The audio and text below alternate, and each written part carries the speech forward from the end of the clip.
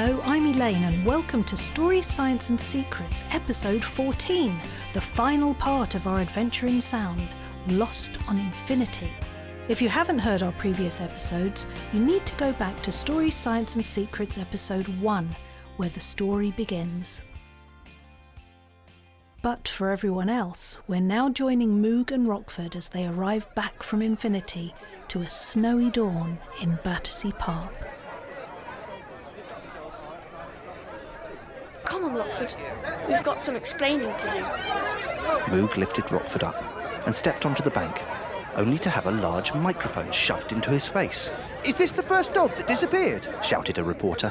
"Did you know that every dog on the planet vanished?" said another. Where on earth have you been? cried a woman's voice, and Moog recognised his mother running through the crowd. Am I in trouble? He said. "No, Said his uncle. but I am." I leave him in charge of Rockford for one afternoon, and the next thing, every dog on the planet has vanished. It's terrible, it really is. Moog thought about the promise he'd just made to the creatures of Infinity and tried to think what he could say to everyone. It's so good to see you. We've been to an amazing place. He said. It's where everything goes when it's extinct. Oh, come on. Said a cynical reporter. Can you offer the slightest piece of evidence to back up such an incredible story? I went there, Said Moog. and I saw all the creatures. They spoke to me. So how is this linked to today's disappearance? Why did just the dogs vanish? Did they speak English? Do you have a message for the people of Germany? Where is this They would be place? very excited to Moog hear went it. blank. He couldn't answer all these questions. With the cameras and lights and voices shouting at him, suddenly he almost doubted the story Do you have proof himself. for any of this? Maybe he'd just dreamt the whole thing. Come on, tell us. He looked down at What did you Rockford. talk about? Rockford? You and the animals. What did you discuss? Look, do you have any message for us at all? Shouted the cynical reporter and shoved another microphone at Moog so hard it bumped into his chest. As it did, something fluttered out of the front of Moog's jacket pocket. Something green. The thud of the microphone had disturbed the anonymous moth, who, overcome with sleepiness in the warmth of Infinity, had slipped inside for a doze. Now, waking with a start and sensing cold air and darkness, he fluttered out, only to be caught in the glare of the lights. Confused, he flew wildly for a second before Moog's uncle caught him gently in his hands and peered at him. Can I see that, please? Said a woman wearing glasses standing nearby. Moog's uncle unclasped his hands, and the woman looked amazed. Good heavens! I never thought I'd see one of these. We thought moths like this were all extinct. How do you know? Asked the cynical reporter. This is Professor Gilda McLean Said another newsman. from the Natural History Museum. This really is remarkable. A truly significant species. We must give it a name. The anonymous moth hadn't been so excited since it left its cocoon, and the cynical reporter had gone very quiet all of a sudden. The creatures have a secret. Said Moog, smiling to himself. Professor McLean looked down at him. We shall look after this moth very well. Don't you worry. We might see if we can get it to breed. The moth looked quite keen on this idea.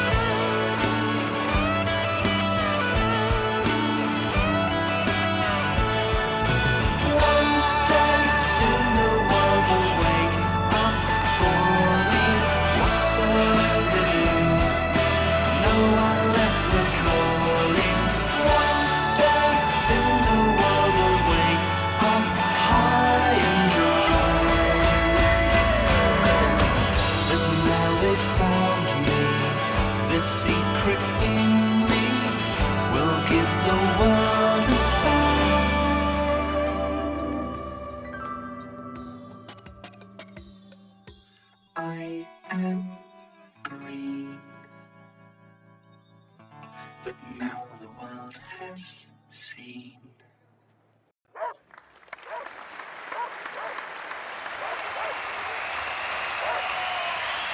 Moog's mother hugged him. She hugged Rockford, and she even hugged Moog's uncle. As snow fell over Battersea Park, the earth woke to a hopeful new dawn. And a boy, a dog, and an anonymous moth delivered a message that would change the world forever.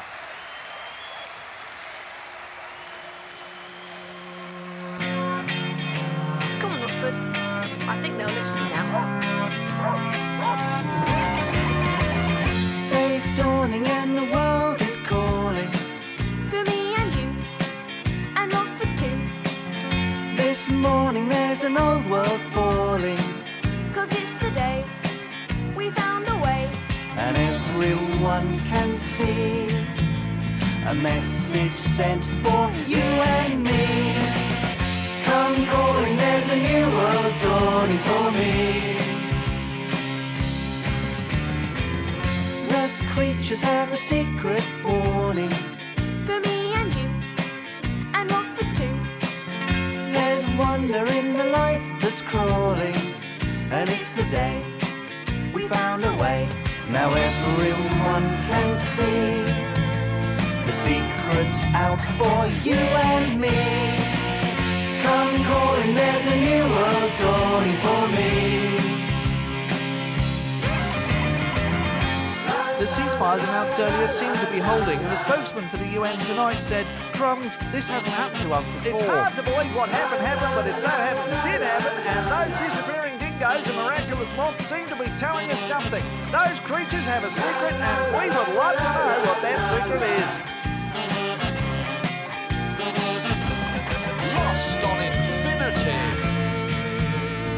We can save the world. Come calling, there's a new world dawning for me. And indeed all of us. Come calling on a new world dawning with me and you and Rockford too. Come celebrate the life we're all in, for it's the day we found a way. Now everyone can see the wonders of infinity. Come calling, there's a new world dawning for me and me and me and me and me and me. You'll see.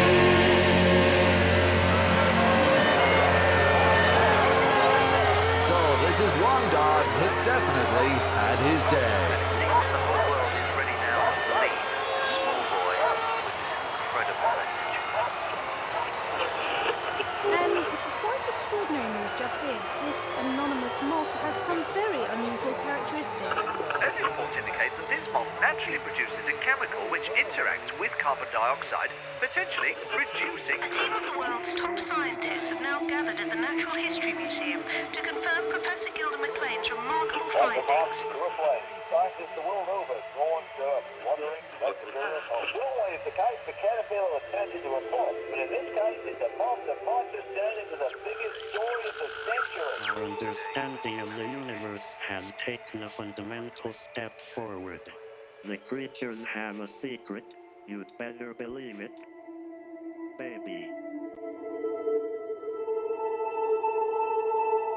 And from that day, far away on their distant island, the creatures of infinity noticed a change, and they celebrated.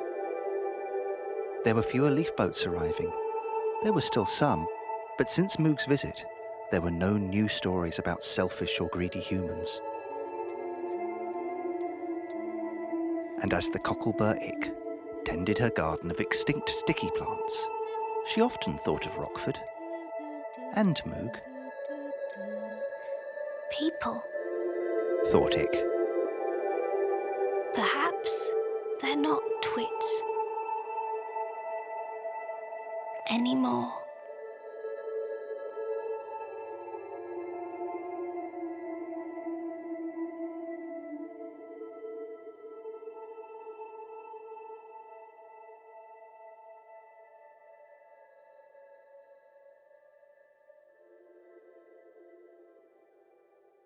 So a boy, a dog, and an anonymous moth can change the world.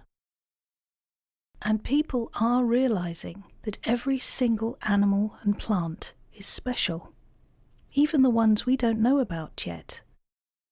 Because, as we've talked about in Story, Science and Secrets, they are all living their own lives and have ideas and secrets to share with the world. And so that's the end of Lost on Infinity. Almost. But Moog, Rockford, the Cocklebur Rick, and all your favourite characters, plus many more, will return. We'll tell you more about that later. But for now, it's Science and Secrets time with Steve Hello. and Matthew. And we're going to start with an important question.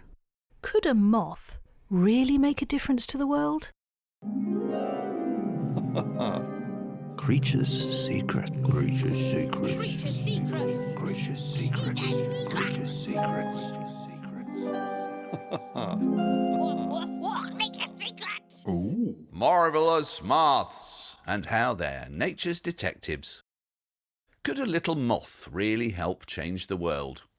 Well, quite apart from all the amazing things about moths we've already talked about in Stories, Science and Secrets, like how they pollinate plants, their huge importance in biodiversity, biomimicry and as food for other animals, and how they can eat plastic, and have pictures of red-eyed flies eating vomit and bird poo on their wings, there's something else that's really important about them.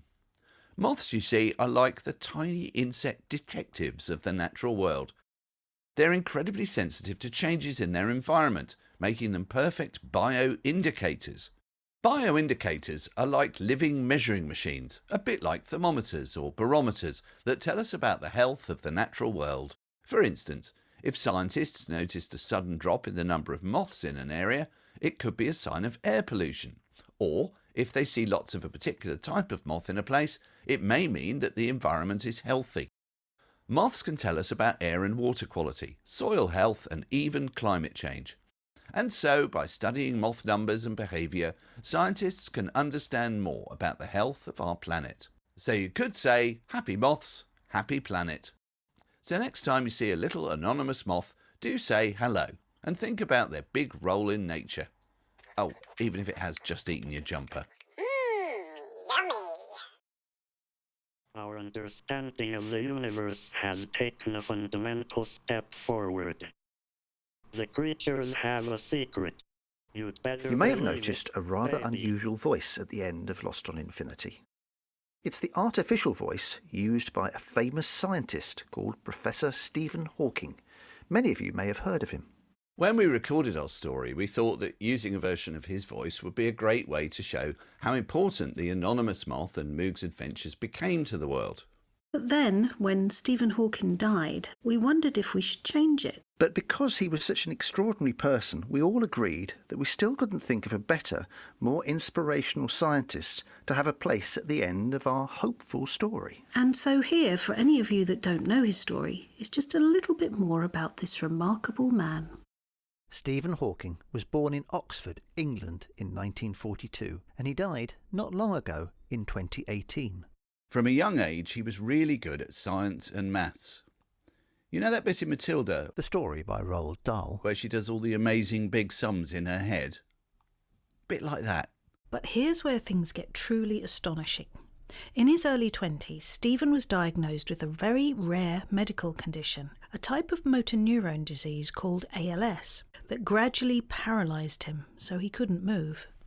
But despite this huge challenge, he didn't let it hold him back.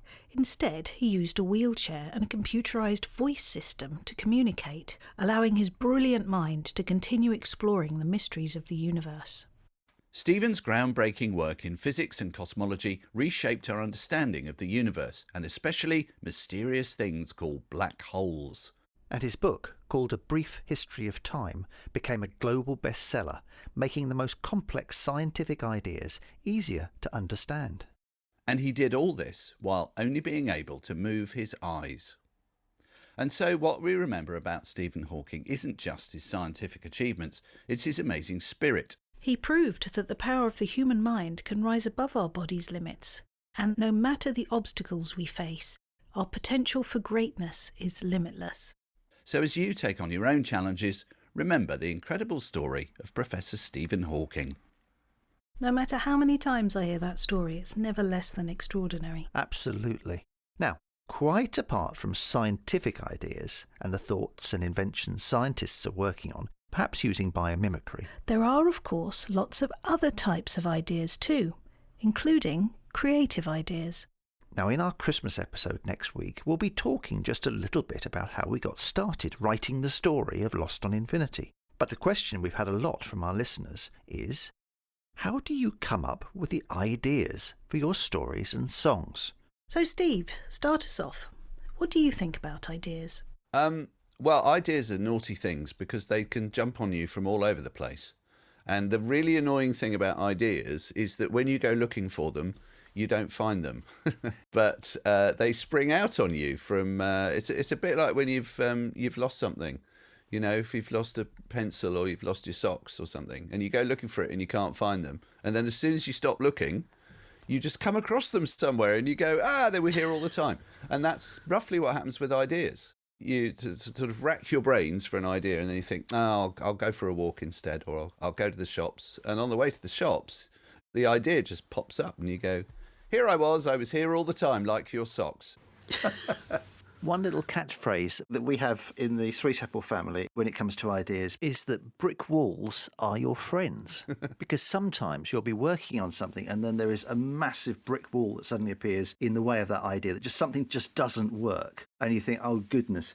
But in every case, I think, finding a way round that brick wall, metaphorically getting over it with a ladder or building a door, you actually end up with a far better solution than you thought you had before that brick wall got in the way. Yeah. And I'm sure that happened a lot with Lost on Infinity. We suddenly thought, that just doesn't work. You can't do it like that. But having to find another solution was actually better. Personally, I find sleeping on it tends to help. Sleep. So a little nap. You find that's the solution to most things, though, don't you? Yes. That is true, but you need to be careful of one of the most infuriating things about ideas, which is when they come to you just before you fall asleep. And or you think of a great idea like at 3 o'clock in the morning, and then you wake up the next morning and you think, I had that great idea. It was, hang on, and you've already forgotten it.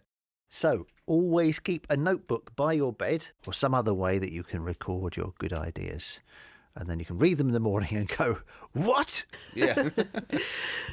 Apart from all the amazing ideas there are in the world, there's something else we'd like you to think about after hearing Lost on Infinity. And that's that the future hasn't yet been written, and there's so much more to be discovered. In 1900, the famous Scottish physicist Lord Kelvin said, "There is nothing new to be discovered in physics now. All that remains is more and more precise measurement." In other words, by 1900, Lord Kelvin believed we knew it all. And he was obviously wrong, because scientific knowledge is always moving forward. It's like my other favourite of that 1890s is the Postmaster General. I think his name is William Preece. And he's talking about telephones, and he says, yes, America has needed a telephone, but here in London we have plenty of messenger boys. 500 years ago, people were a lot like us. They had brains that could learn and understand things, just like we do.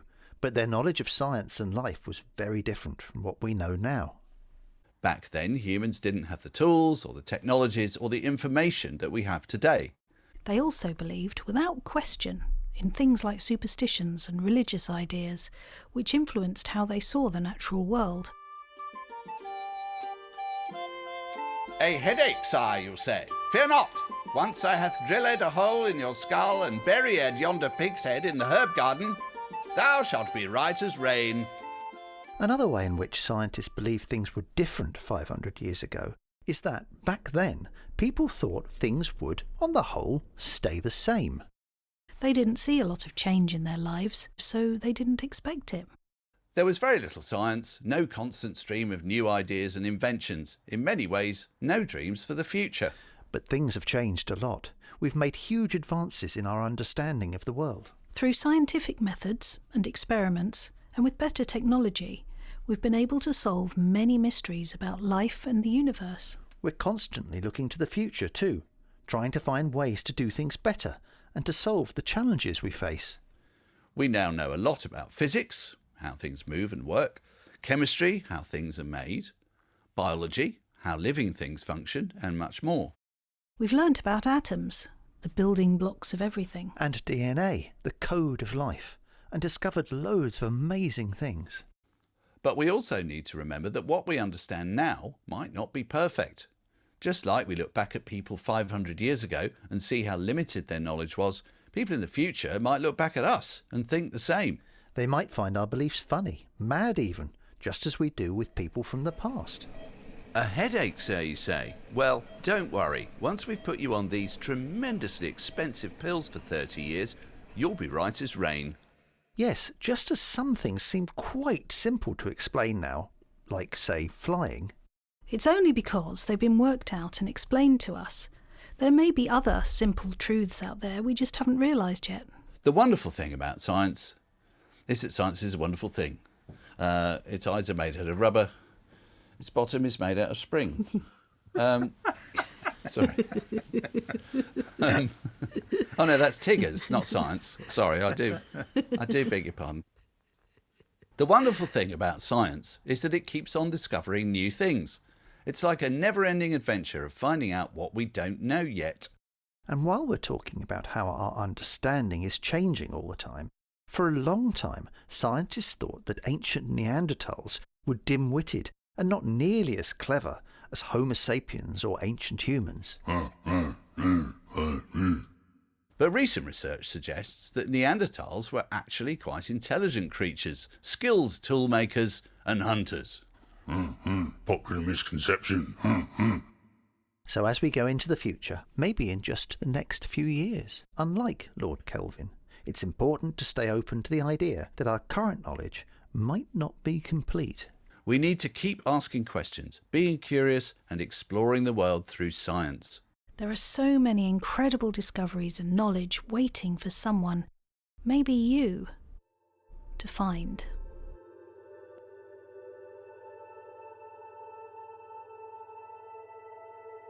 So with Moog reunited with his mother, Rockford back with his friends in Battersea Park, and the world united. That's just about it for Stories, Science and Secrets this week.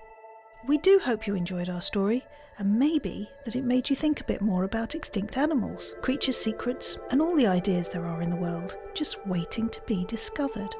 Please do rate and review the show if you can. It really helps other people to find us. And if you enjoyed the show, please tell your friends. But although that's the end of Lost on Infinity, there are lots more Rockford's Rock Opera adventures to discover right now. In order, they are Lost on Infinity, you've heard that one now, although it's well worth playing a few more times, of course. The King of Nowhere, in which the Cocklebur meets the most feared creature on Infinity.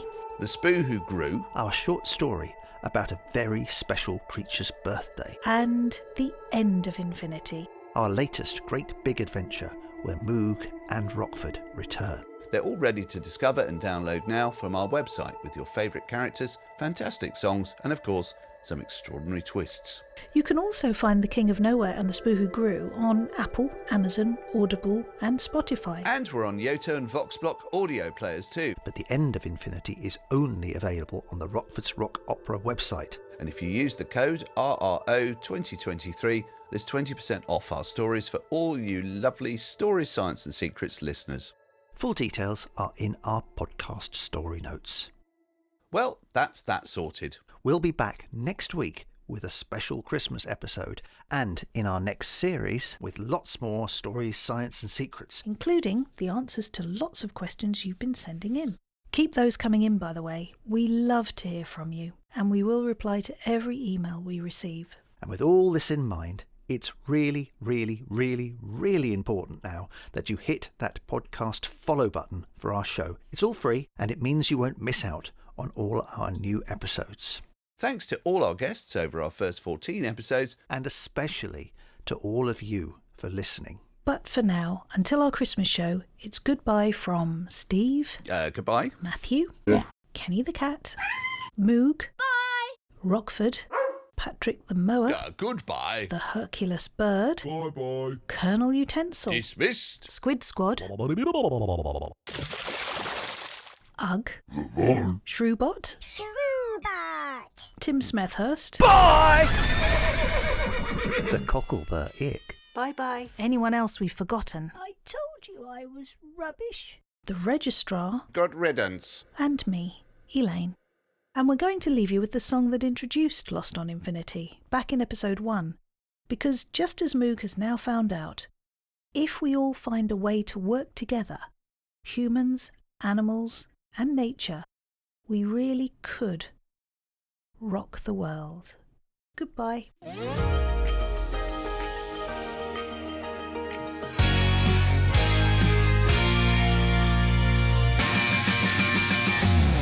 Every day, watching as the world goes by in my room.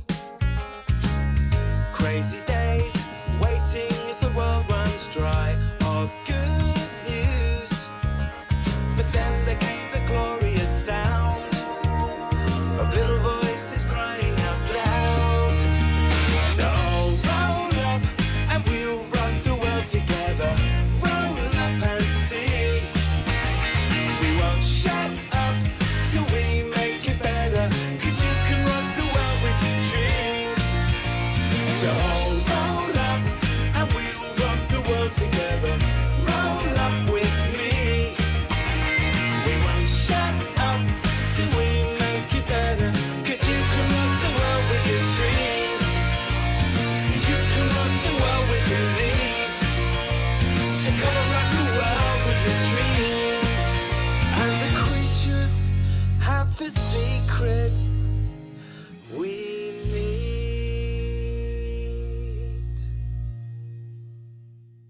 Oh, are you still here? Well, you'll need to know this.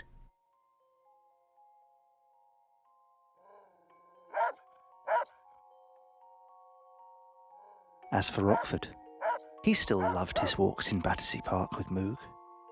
And while the world marvelled at their amazing adventure, he would simply return to his favourite spot, under his special tree with the blue plastic bag waving from its branches, and where he did what dogs do by trees in parks. And he would smile a knowing, doggy smile, because Rockford alone understood the truth and the powerful magic that had now brought peace and harmony to all the world.